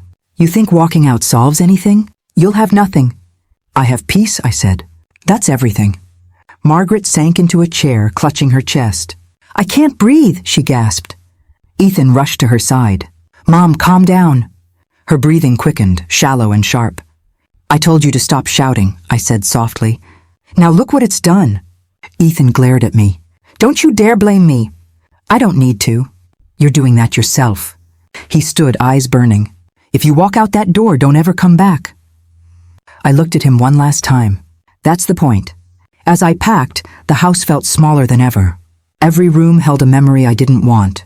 The scent of lemon cleaner from the kitchen, the echo of Margaret's criticisms in the hallway, Ethan's laughter, once warm, now venomous, still lingering on the stairs. I folded my clothes carefully. Laptop, passport, birth certificate. A small box of jewelry my mother left me. No tears, no hesitation. Every zipper felt like sealing a wound. When I stepped into the hall with my bags, Margaret was sitting on the couch, still pale, still trembling. You'll regret this, she whispered. Maybe, I said. But regret's better than living dead. Ethan appeared in the doorway, eyes cold, voice quieter now. Where will you even go? Somewhere honest. He smirked. You think the world's waiting to save you? I'm not waiting to be saved. He stepped closer. You can't live on principle. You'll crawl back. I smiled faintly. Then you'll finally get to say, I told you so. Margaret clutched his arm. Don't let her go. She's our only chance to fix this. He hesitated, torn between pride and fear. Then he let go. Let her. I walked past them. Margaret's sobs followed me to the door. You'll come crawling, she shouted. You'll beg. I opened the door and looked back once. You already did, I said quietly. And then I stepped outside. The night air hit like a wave, cold, sharp, alive. For a moment, I just stood there on the porch, staring at the sky. The stars looked unreal, like something painted on a ceiling I'd never noticed before. My chest ached, not from sadness but from release. I walked down the driveway slowly, my heels clicking against the pavement. Behind me, I could still hear the muffled chaos. Margaret's sobs, Ethan's voice, the unraveling of control. The house that once swallowed me now sounded small. I whispered to the wind, You can keep it. At the corner, I called a cab. The motel room was small, barely lit by a flickering lamp. The wallpaper was peeling. The air faintly smelled of detergent, but it was quiet. I sat on the edge of the bed, staring at the floor. Freedom didn't feel glamorous. It felt raw. My phone buzzed on the table. 6 missed calls from Ethan, 2 from Margaret, 1 from an unknown number. Probably the bank. I turned the phone over face down. My reflection in the dark screen looked strange, like someone I hadn't met yet. For a while, I just breathed. Slow, steady, real. Then the messages started flooding in. Ethan, you think this is funny? Ethan, pick up the phone. Ethan, you ruined my life. Margaret, please, Clara, I'll pay you back. Just fix it. Ethan, if you don't call me, I swear, I deleted them all. Every message, every number, every trace. And then I powered off the phone completely. The silence afterward felt sacred. Lying on that thin motel mattress, I thought about the woman I'd been, the one who flinched when footsteps came down the hall, who apologized for breathing too loud, who asked for permission to exist. She was gone. What remained was someone unfamiliar but whole. I closed my eyes and listened to the hum of the heater. For once, it wasn't a reminder of duty or control. It was just sound, simple, ordinary. Peace didn't roar. It whispered. The next morning, sunlight crept through the curtains. I woke early, not because I had to, but because I wanted to. I made coffee using the motel's old machine. It tasted bitter, metallic, but it was mine. As I sipped it, I checked my email. A message from the charity sat at the top of the inbox. Your contribution has already funded 2 emergency operations overnight. My throat tightened. 2 lives saved. 2 beginnings bought with the end of my captivity. I smiled, small, real. Freedom had a cost, but for once the price felt right. Later that day, I went for a walk through town. People hurried past with shopping bags, children, laughter. Nobody knew me. Nobody expected me to explain myself. I stopped at a small bookstore, ran my fingers over the spines of paperbacks, and bought one without even looking at the title. A simple act. My first impulsive choice in years. The clerk smiled as she handed me change. First time here? Yes, I said. First time anywhere, really. She laughed, not understanding what I meant. But that was okay. Outside, the wind picked up again, colder now, but not cruel. I pulled my coat tighter and kept walking. By evening, I was back in my motel room, watching the city lights blink from the window. My phone stayed off. Somewhere out there, Ethan and Margaret were panicking, calling banks, lawyers, friends, blaming each other, searching for someone to control. They'd find none. For the first time in my life, their noise didn't reach me. I thought of my old life like an empty house, doors slamming, clocks ticking, every corner echoing with someone else's voice. And then I thought of this room, small, quiet, mine. Hours passed. The sky darkened. I sat cross-legged on the bed, writing in a notebook I hadn't touched in years. The words came slowly at first, then freely, not about them, about me, about rediscovery, how it felt to finally breathe without permission, how it felt to be the one who walked away instead of waiting to be saved. Every line felt like a heartbeat returning. Somewhere between pages, I realized something simple but profound. I wasn't free because I escaped. I was free because I stopped asking to be understood. They could curse me forever, but I'd already forgiven myself for staying too long. Near midnight, the motel phone rang once. I stared at it, then let it ring. The sound stopped after the 3rd tone. The silence afterward was perfect. Lying back, I watched the ceiling, tracing the faint cracks in the plaster. They reminded me of myself, flawed, imperfect, but still standing. Freedom wasn't a door opening. It was the moment you realized you could have left all along. I smiled to myself. You were right, Clara, I whispered. 3 months. 3 months of planning. 3 months of silence. And one night that rewrote everything. I didn't need revenge. I didn't need applause. I just needed quiet. And now finally I had it. Outside, the wind rustled against the window pane. Somewhere in the distance, a siren wailed faintly, fading into nothing. I turned off the lamp. The room went dark except for the city's glow slipping under the curtain. For the first time in years, I wasn't afraid of the dark, because it wasn't theirs anymore. It was mine. The apartment smelled faintly of dust and new beginnings. The walls were cracked, the carpet stained, the furniture secondhand, but when I turned the key in the lock that first night, something inside me clicked too. It wasn't comfort. It wasn't safety. It was ownership. My own space. My own silence. I called the lawyer first thing the next morning. Mr. Parker's office, a calm voice answered. I'd like to file for divorce, I said, steadying my tone. From Ethan Evans. There was a pause. I can schedule a consultation today. 4 o'clock? That works. I hung up and exhaled. The The words I'd like to file for divorce lingered in my head like a foreign language I'd finally learned to speak. For a long time, I'd thought freedom would come with joy. Instead, it came with quiet. The kind that settles into your bones and makes you realize how much noise you used to live with. When I met Mr. Parker later that day, he looked exactly how I imagined. A middle-aged man with sharp eyes and a soft voice. He gestured for me to sit. "You said your husband's name is Ethan Evans?" "Yes." "Any children?" "No." "Joint property?" "Technically, yes. His mother's house. But it's in her name, not mine." He nodded, jotting notes. "Any shared accounts?" "One, he's already frozen it." "And any history of abuse?" I hesitated. "Not physical." He looked up. "Emotional?" I met his gaze. "Systematic." He nodded once, understanding without pressing further. "We can proceed with that. I'll need some documentation, your ID, and a signed statement." "I have everything," I said, sliding a folder across the desk. He flipped through it, pausing when he reached a page. "You've been preparing this for a while?" 3 months. He smiled slightly. "You're remarkably organized." "When you live under control long enough," I said softly, "you start planning your escape like an accountant." He closed the folder gently. "We'll get it done." That evening, the apartment felt bigger than it really was. My suitcase sat half open by the bed, clothes still folded neatly from the night I left. The silence wasn't heavy anymore. It was a kind of music. Then my phone buzzed. "Ethan, you made your point. Come home." Another followed seconds later. "You think this makes you strong? It doesn't. It makes you pathetic." I stared at the messages, my thumb hovering over the screen. Then another came. "We can fix this. Just call me." And another. "Mom's losing her mind. You've ruined everything. Are you proud?" I set the phone down, screen glowing against the chipped nightstand. Then I turned it over, face down. Silence. That was my answer. 2 days later, there was a knock at the door. When I opened it, Maya stood there, holding a small bouquet of sunflowers and a smile that made the room brighter instantly. "You didn't think you'd disappear without me finding you, did you?" she said. I laughed softly. "You're relentless. I call it loyalty." She stepped inside, looking around. "Well, it's humble. It's freedom." Her eyes softened. "You finally did it." "Did what?"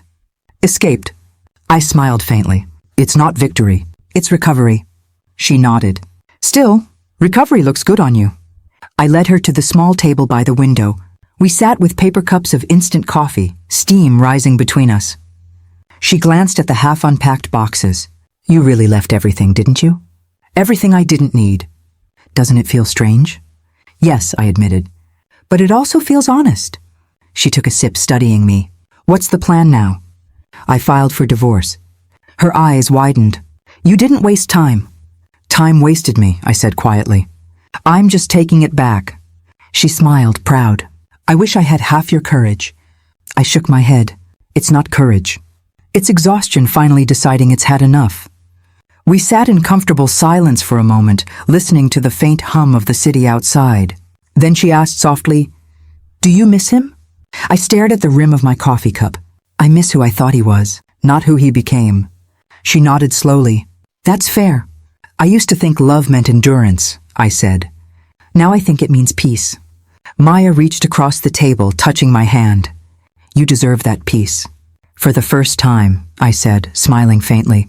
"I think I believe that." After she left, I walked around the apartment slowly.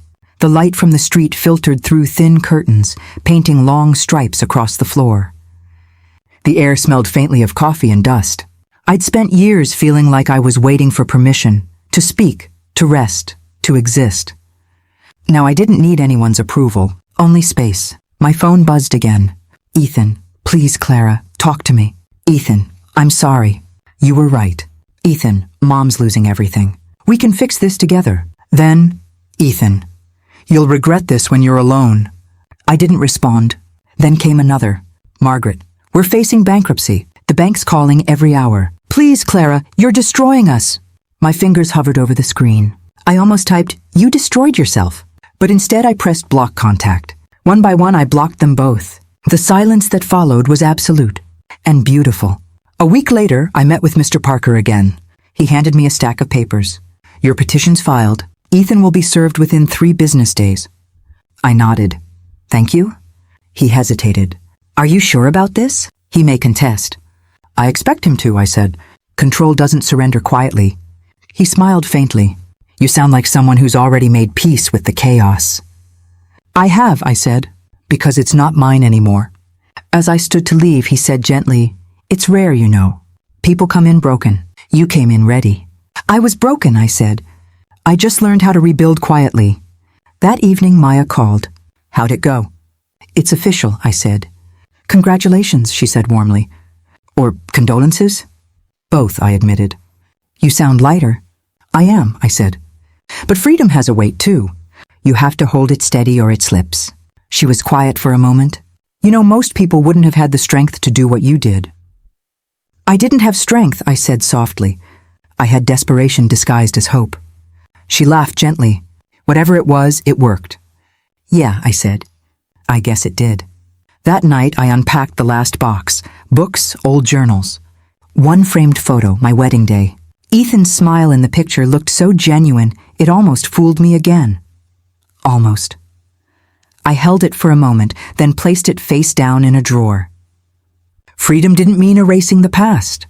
It meant not living in it. I sat on the bed, letting the silence wrap around me. The city outside hummed softly, a rhythm of strangers, traffic, distant laughter. For once I wasn't afraid of being alone.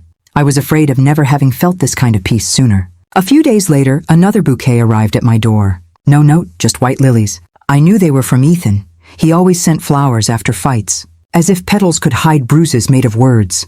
I looked at them for a moment, then carried them to the trash. The sound of the stems hitting the bin was small but final. That night, I dreamt I was back in the old house. Margaret yelling, Ethan accusing, me silent. But this time, when I turned to leave, no one stopped me. I woke up with tears in my eyes, not from sadness, but from release. I opened the window, letting the cold morning air fill the room. The sun was just rising, painting the cracked walls gold. For the first time in years, the light didn't feel like an intrusion. It felt like forgiveness. Later that morning, I brewed coffee and sat by the window. A text popped up from an unknown number. You really think this is over? I stared at it, then typed back one line. It is for me, and blocked the number. The sound of the phone's quiet chime after that was like a door closing. I took a sip of coffee and smiled faintly. For so long, I'd mistaken silence for fear. But silence could be power too. It could be a boundary, a shield, a beginning. And as I sat there in my small apartment, surrounded by chipped paint and secondhand furniture, I realized something simple but profound. Peace wasn't found in perfection. It was built in the ruins, and I had finally started building mine. I'd almost stopped looking over my shoulder by then. Freedom had started to feel normal, like something that belonged to me, not something I had to defend. The days fell into rhythm. Work, coffee, the quiet hum of my small apartment. The silence that used to echo now felt like peace, until the day it broke. I stepped out of the building, folder in hand, when I saw her, standing just a few feet away. Margaret. Her posture, once rigid and regal, was slumped. Her hair unkempt, her eyes ringed with exhaustion. She clutched her purse like it was the only thing holding her upright. For a moment I thought I was imagining her. Then she whispered, Clara. The sound of my name in her voice, fragile, almost pleading, froze me where I stood. I could have turned and walked away. I should have, but I didn't. What are you doing here? I asked quietly. She tried to smile. It trembled and failed. I needed to see you. You shouldn't be here. I know. She looked down. But I had to. I crossed my arms, steadying my breath. Why? Her eyes lifted to mine, wet with tears. Because I was wrong. For a moment, neither of us spoke. Cars passed. The city hummed around us. Then she said, You destroyed us, Clara. Her words hung heavy, sharp, but her tone wasn't cruel. It was broken. I exhaled slowly. No, I said. You destroyed yourselves. I just stopped playing your game. She flinched like I'd struck her. I didn't mean for things to go that far, she said. Ethan, he's angry, lost. The house is gone. The loan. It ruined us. I warned you, I said. You thought you were untouchable. Tears spilled down her cheeks. You don't understand. I thought I was protecting him. By controlling him? By breaking me? Her lips trembled. I didn't see it that way. No, I said softly. You never did. She took a shaky breath. I used to think strength meant having power over others. But watching you walk away, that changed everything. I didn't answer. I've been thinking about it every day, she continued. About the way you stood there, silent, calm, unshaken. I hated you for that. I think I envied it too. I swallowed hard. It wasn't strength, I said. It was survival. She nodded. And yet you survived. We didn't. Her honesty hit something deep in me, something I didn't want to feel. I looked away. Why now, Margaret? Because, she said, voice cracking, I can't live with what I did to you. I can't sleep. I keep hearing my own words, the things I said. Every cruel thing I thought was teaching you manners. She let out a small, painful laugh. You must hate me. I met her eyes. I don't. She blinked, stunned. You don't? I don't have the energy to hate you, I said. You've already taken enough of my time. Her tears fell freely now. I deserve that. Probably, I said. But that doesn't mean I want to keep punishing you. She took a small step closer. Ethan blames you for everything. He's angry all the time. I thought maybe if I found you, if you talked to him. No, I cut in, firm. That part of my life is over. He still loves you, she whispered. That's not love, I said. That's possession. She lowered her head. You're right. For a long time, there was only the sound of passing traffic. Then she said, you were stronger than I ever knew.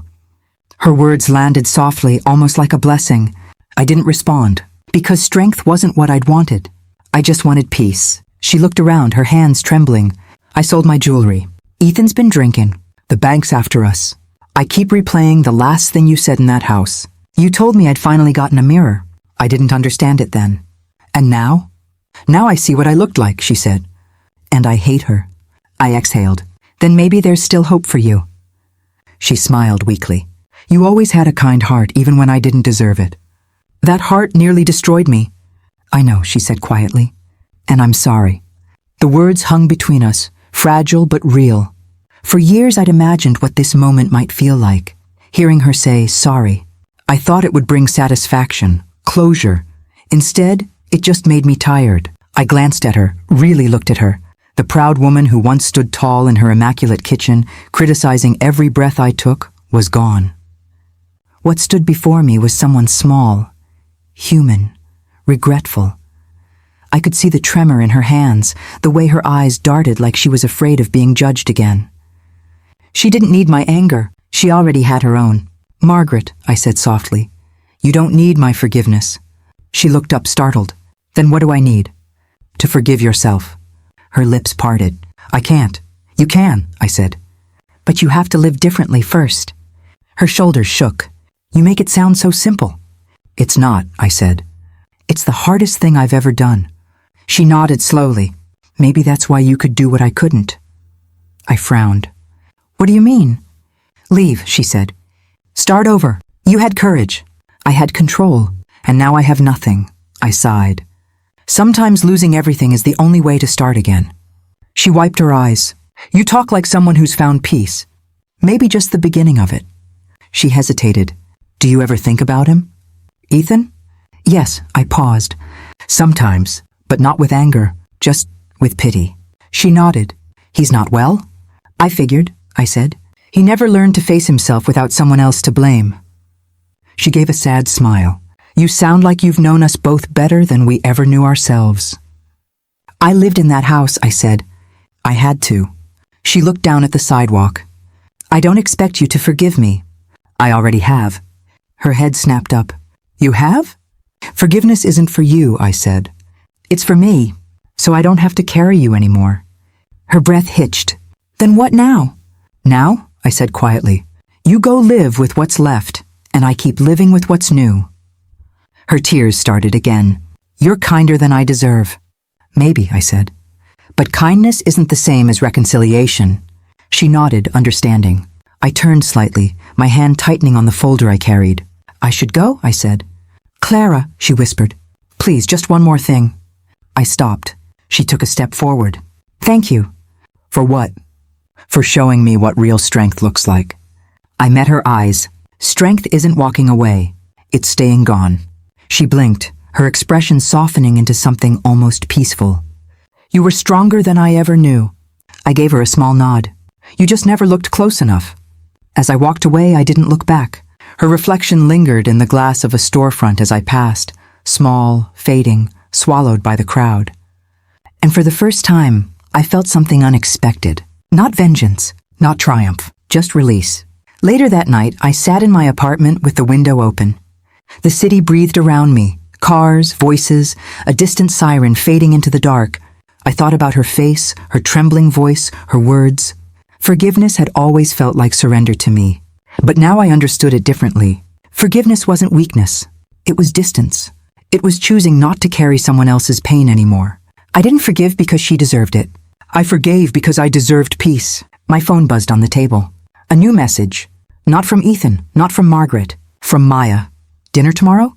You owe me a story about your new life. I smiled faintly. You'll get it, I replied. Then I looked out the window again. The sky was soft and gray, like it was holding its breath before rain. I whispered, You were right, Margaret. I was stronger than you knew. But what I didn't say was the truth beneath it. I wasn't strong because I survived them. I was strong because I finally chose me, and that was enough. The final document slid across the lawyer's desk like a quiet full stop. Mr. Parker looked up from his pen. It's done, he said gently. You're officially divorced, Mrs. Evans. I stared at the paper. The ink was dry, but the weight of it still felt wet in my chest. Actually, I said, taking a breath, it's Miss Evans. He smiled faintly. Keeping the name? Yes, I said, not as a memory, as proof. He nodded. Proof of survival. Exactly. For a moment, the room was silent, except for the ticking clock on the wall. The sound felt almost ceremonial, like time itself was acknowledging the end of something. When I stepped outside, the air felt sharper, cleaner. My hands were trembling, but not from fear this time, from release. At work, life began to move again. The office was bright, buzzing with energy. People smiled when they passed my desk. For the first time in years, I didn't shrink under anyone's gaze. One morning, my manager called me in. Clara, she said, gesturing toward a seat. You've been carrying this team for months. I smiled politely. Just doing my job. More than that, she said. Your reports, your organization, everything's spotless. You've been the quiet anchor.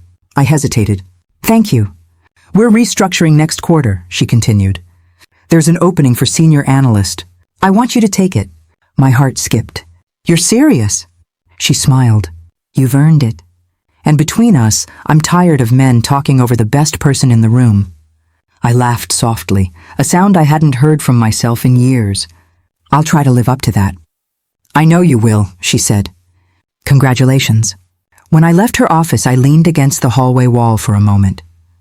I'd spent years being told I wasn't enough, that I needed permission to shine. And now, without even trying to prove anything, the world had noticed. For the first time, success didn't feel like revenge. It just felt right. 2 weeks later, the new manager joined our division, Daniel. He introduced himself at the morning briefing. I've gone through everyone's files, he said with an easy smile. Looks like I'm surrounded by overachievers. The room laughed. Then his eyes landed on me. And you must be Clara, the one keeping everything running behind the curtain. I blinked, caught off guard. That's one way to put it. Well, he said, pulling a chair closer, every team needs its backbone. The others teased him for being too formal, but I caught the sincerity in his tone. It wasn't flattery, it was respect. Over the next few weeks, I found myself smiling more than I expected. Daniel had that rare kind of kindness that didn't demand anything in return. He asked questions because he cared about the answers. One afternoon, he stopped by my desk, tapping his mug. I can't get this coffee machine to cooperate. You've mastered it, haven't you? I grinned. That's a strong word for surviving caffeine disasters. He chuckled. Teach me your ways, Evans. Step 1, I said. Don't call it coffee. Call it self-preservation. He laughed again, the sound light and genuine. Noted. It had been so long since laughter felt normal that it almost startled me. That Friday, he caught me in the hallway. You always eat lunch alone, he said. Any particular reason? I like the quiet, I replied. Fair, but even introverts deserve company sometimes. I hesitated. Are you offering yours? He smiled. If you'll have it. We sat by the window in the cafeteria, the sunlight catching dust in the air. It was simple, just soup, sandwiches, small talk. But it felt like a beginning. "So," he said, "what do you do outside this place?" I shrugged. "I'm relearning that part." "That's an honest answer," he said softly. "Most people fake hobbies." "I used to fake happiness," I said. "Now I'd rather start small." He nodded. Small steps lead far. Days turned into weeks, and the rhythm of normal life started to hum again. I'd wake up, make breakfast in my little kitchen, walk to work, exchange smiles with the doorman, and feel, not excitement, but balance. Peace didn't arrive all at once. It crept in quietly, disguised as ordinary moments. A morning without fear. An evening without apology. A laugh without guilt. I was rebuilding, one small act at a time. One morning, Maya stopped by my desk with 2 coffees. "You're glowing," she said, smirking. "I'm what?" "Glowing. You're either in love or sleeping properly for the first time in years." I laughed. "I think it's just caffeine." She leaned closer. "So, Daniel?" I rolled my eyes. "He's my boss." "Uh-huh, and?" "And nothing," I said. "He's decent. That's all." "Decent is rare," she said. "Hold on to that." I smiled. "I'm holding on to myself this time." Her grin softened. "I'm proud of you." "Thank you," I said quietly, "for staying when everything else fell apart." "That's what friends do," she said. "They remind you who you were before someone tried to rewrite you." That night I walked home instead of taking the bus. The city lights shimmered in puddles after a light rain. The air smelled of wet asphalt and new possibilities. I stopped by a small bakery and bought a single slice of cake, a quiet celebration. At home, I sat by the window, fork in hand, and whispered, "To survival." Not to vengeance, not to justice, just to making it out alive and learning how to live again. A few days later, during a team meeting, Daniel glanced at me while presenting quarterly figures. "This success," he said, "belongs to people like Clara, the ones who don't shout but still lead." The team clapped lightly. I felt my cheeks warm. After the meeting, I told him, "You didn't have to do that." "I know," he said, "but I wanted to." "Why?" "Because recognition matters," he said simply. "And you deserve it." I looked at him, trying to find the angle, the hidden motive, but there wasn't one. Just sincerity, and for the first time, I didn't second-guess it. Later that week, I received a message from an unknown number. I almost ignored it until I saw the name, Ethan. My stomach tightened, but I opened it.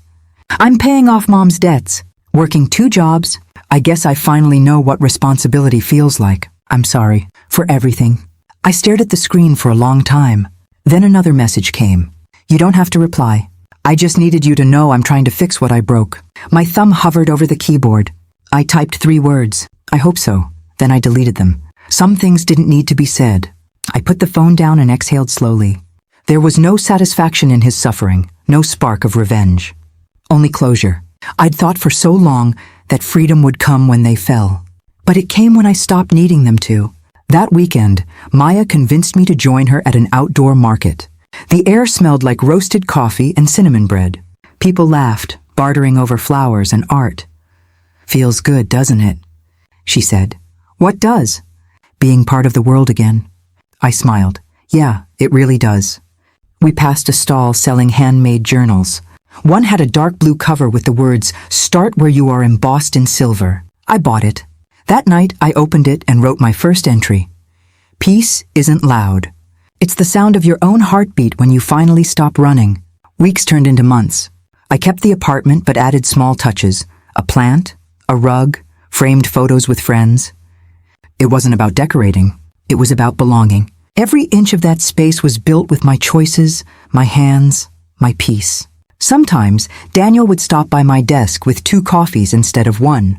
"You still drinking the same blend?" he'd ask. "Old habits die hard." He smiled. "As long as they're good ones." He never crossed lines, never pushed, just existed kindly in the same world I was learning to trust again. It was enough. One evening, as I left the office, I saw the sunset reflected in the glass doors, orange bleeding into gold. Daniel caught up beside me. "Long day?" "The best kind," I said. He grinned. "That promotion's treating you well." "It's strange," I said. "I used to chase approval. Now I just chase peace." "That's harder to find," he said.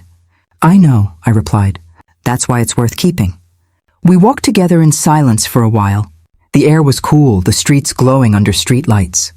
When we reached the corner, he said, "You ever think about how far you've come?" "Every morning," I said. "And every night." He smiled. "Good. You deserve to." At home, I poured myself a cup of tea and sat by the window again. The same spot where I once whispered, "To survival." Tonight, I whispered something different. To peace. Outside, the city pulsed softly, alive but calm. I thought of Margaret, somewhere out there, maybe rebuilding, maybe not. I hoped she'd learned something from her own ruins. And Ethan, working 2 jobs, carrying debts instead of pride. I didn't wish him harm, just growth, because that's what real freedom felt like. Letting go of the need for anyone else's downfall. As I closed my eyes, I realized something simple. Revenge never rebuilds anything, but peace, quiet, steady peace, does. And as I drifted into sleep, the last thing I felt was gratitude. Not for what I lost, but for everything I finally gained. The first time I turned the key in my new door, my hands were trembling. The lock clicked softly, like the sound of a promise being kept. The apartment wasn't much. 1 bedroom, pale walls, wide windows that let the sunlight spill across the floor. But it was mine, every inch of it. I set the keys down on the counter and whispered, "Home." It felt strange saying it out loud. For years, that word belonged to someone else's house, someone else's rules. Now it belonged to me. A few days later, Maya dropped by with a bottle of cheap champagne and 2 mismatched glasses. She grinned as soon as she saw the place. "You actually did it." "Barely," I said, laughing. "You should have seen me trying to carry the furniture up those stairs." She handed me a glass. "Here's to independence and sore arms." "To both," I said, clinking mine against hers. We sat on the floor among unopened boxes. Maya looked around, eyes bright. "It's peaceful. You've got plants, sunlight, no one shouting. It feels like you." "I'm still getting used to the quiet." "Good quiet or lonely quiet?" "Good," I said.